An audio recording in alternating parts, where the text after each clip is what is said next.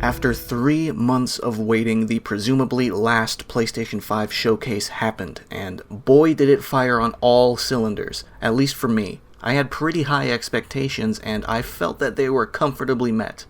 So without any further ado, let's just go ahead and talk about what we saw.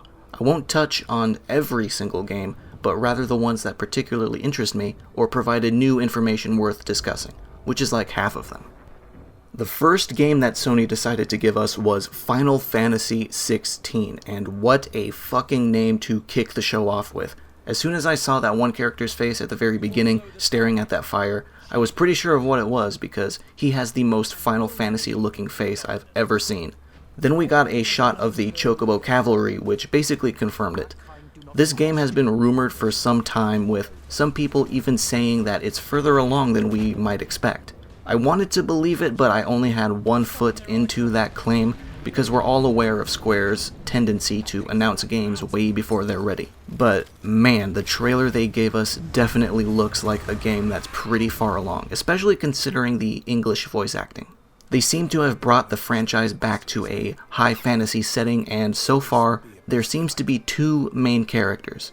We also see a lot of familiar monsters and summons like Shiva, Titan, Phoenix, Ifrit, Malboro, and Coral. Another thing that struck me was the music. There were a few remixed themes in this trailer, including the iconic prelude during the title reveal. I'm not even going to bother speculating on the story at the moment, though I don't think this is another Ivalice title, but I could be wrong, it's just my gut feeling. But I can definitely say the combat looks absolutely hot. Apparently, the battle director for this game is Ryota Suzuki, who was a designer for Devil May Cry and Dragon's Dogma, so the combat in Final Fantasy XVI is probably going to be amazing. I think I even saw an air dash in there somewhere. Plus, Naoki Yoshida, also known as Yoshi P, the director and mastermind of Final Fantasy XIV since its relaunching, is on board as a producer, along with the whole Creative Business Unit 3 team. And as a Final Fantasy XIV player, that just gives me additional confidence. 14 is genuinely one of the best Final Fantasy experiences available, mostly thanks to its expansions. They even use 14 terminology in this trailer, specifically calling the summoned monsters icons. So yeah, I'm very excited for 16. The trailer looks beautiful, including those glances at combat, especially the glances at combat. The logo looks great as well. If I had to predict a release year, I would dare say as early as late 2021. It's idealistic, yes, but I think it's possible. But I would probably put money on mid to late 2022 instead. After that was Spider-Man Miles Morales, specifically a deeper look at both Miles' story and personal life and gameplay that we couldn't get a close-up examination of back in June, including a look at the villain, the Tinkerer, and her weird, high-tech militia. The plot takes place a year after the events of the first game, and yeah, it looks like a Spider-Man game, but this time with abilities specific to Miles, such as his ability to turn invisible and use bioelectric threads, both of which are shown off in this demo. There's some set-piece action in this little sample of the game where the bridge collapses and QTEs pop up, and it's pretty exciting. The visuals look fantastic, the character models look great, the lighting is great, the new HUD looks really slick, and the battle music is awesome too. I love listening to it. I'm eager for the game, for sure. It is definitely going to be one of the launch titles I get for this console. And speaking of which, after the show it was revealed that it'll also be getting an Ultimate Edition, which will include a remastered version of the first game, which will have updated visuals that compare to Miles Morales. So if you haven't played the first game, it's worth picking up Ultimate Edition. We also got 2 Capcom games back-to-back, and the first was Resident Evil 8, which didn't seem to offer anything new except a glance at a new character at the very end of the trailer who may be the new merchant? Who knows? The second thing they showed was something that absolutely blindsided me, though it shouldn't have because I predicted this back in January in my private Discord that I share with my friends. It's Devil May Cry 5 Special Edition. I wasn't sure it was going to come, but then again, why wouldn't it? It's been a tradition since 3, and it looks fucking awesome. If you look at the header of either my YouTube or Twitter profile, you will see Dante's face on the side of my banner, and it's not just for show. I fucking love Devil May Cry, and despite me using Dante's face, I actually like playing Virgil the most. So I am beyond psyched to be getting this game. And no, I personally don't really care that I have to buy a game twice. Normally I would care, but this was my game of the year last year, and it has very high value to me. So not only does Special Edition give us Virgil, who looks fucking awesome with his summon swords and devil trigger and ability to temporarily switch back to V, but we also get Turbo Mode, which speeds up the game by 20%, meaning breakneck combat, and Legendary Dark Knight difficulty, which will increase the amount of enemies on screen to a Dynasty Warriors level number. And that's not all. The game will have graphical updates, including ray tracing, and will have different performance modes, including 4K 30 frames per second, which I won't play with much because 30 frames per second for a DMC game is just a huge no-no. But maybe I'll poke my head in just to see how it looks. Also a 1080p 60 frames per second setting, which I assume still keeps the new graphical updates on, and finally a 1080p 120 frames per second setting, which I assume uses last gen graphics. So yeah, there's a ton of new shit here, and I am stoked. The game will receive a physical release later, which I will likely also buy, because I'm a huge mark. And Virgil will be paid DLC for PS4 and Xbox One owners later too. As far as I know, there's no release dates on those things. All we know right now is just Special Edition will be available on launch for the PlayStation 5, digitally. And then we get brand spanking new gameplay footage of Demon's Souls, which looks breathtaking. The environments are magnificent. They reek of big money. It's almost weird looking at Demon's Souls being so beautiful. The demo opens up with shots of the Nexus, which is the best central hub in the Souls series, I don't care what anyone says, and takes us through almost the entirety of the opening tutorial level, and we see several enemies, including the Blue-Eyed Knights, especially that first one, which is where the demo shows off parrying and riposting, just as we all learned to do, on the exact same enemy.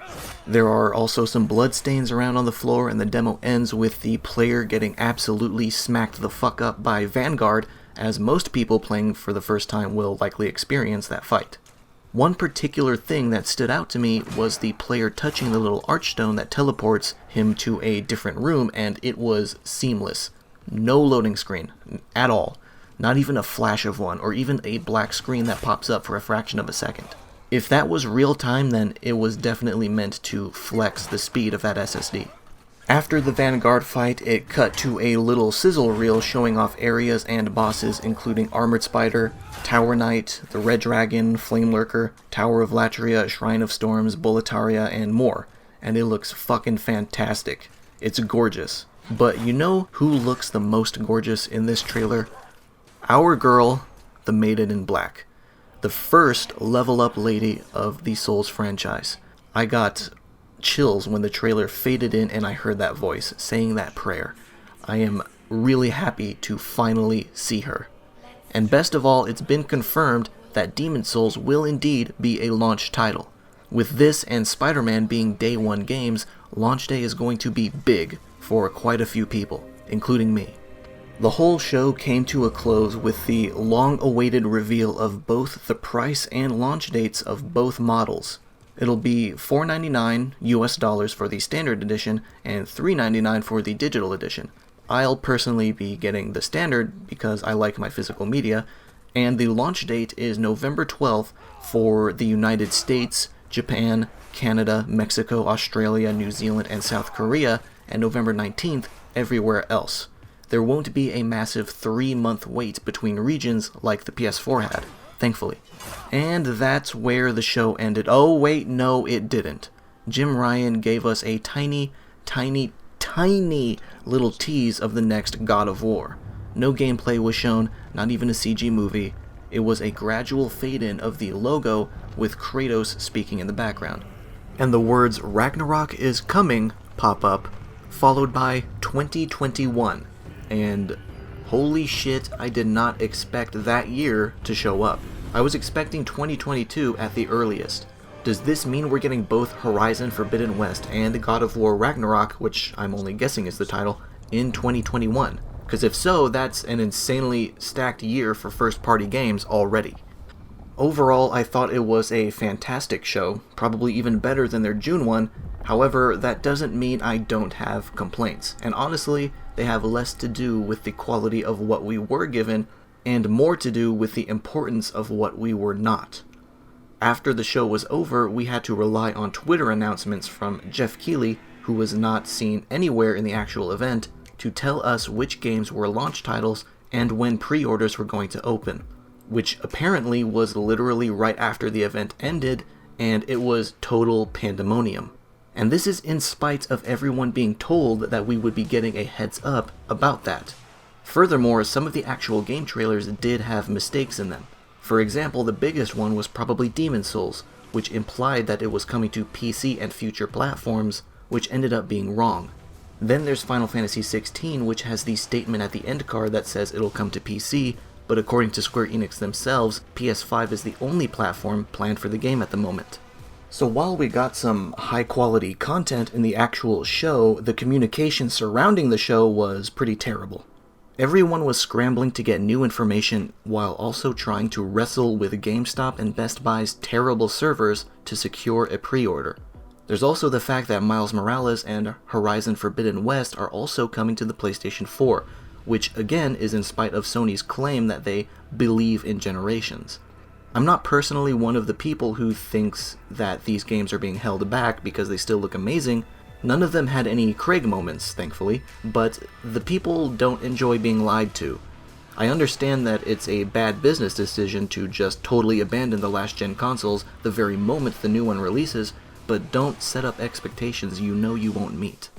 Among the news we had to discover for ourselves after the show was the confirmed first-party launch title lineup, which will be Spider-Man Miles Morales, Demon's Souls, Destruction All-Stars, Sackboy: A Big Adventure, and Astro's Playroom, which will already come pre-installed in every PS5. Sadly, something foreboding came with this lineup, and it is price increases. Demon's Souls, Destruction All-Stars, and Spider-Man Miles Morales Ultimate Edition are all $70 on day one, which doesn't fill me with confidence. Are all of the biggest first-party titles going to launch at $70? Is this the time that we see a permanent price hike? I can't predict the future, but my cynicism is telling me that this could set a precedent. And other companies will notice that we're willing to spend an extra $10 and thus react accordingly.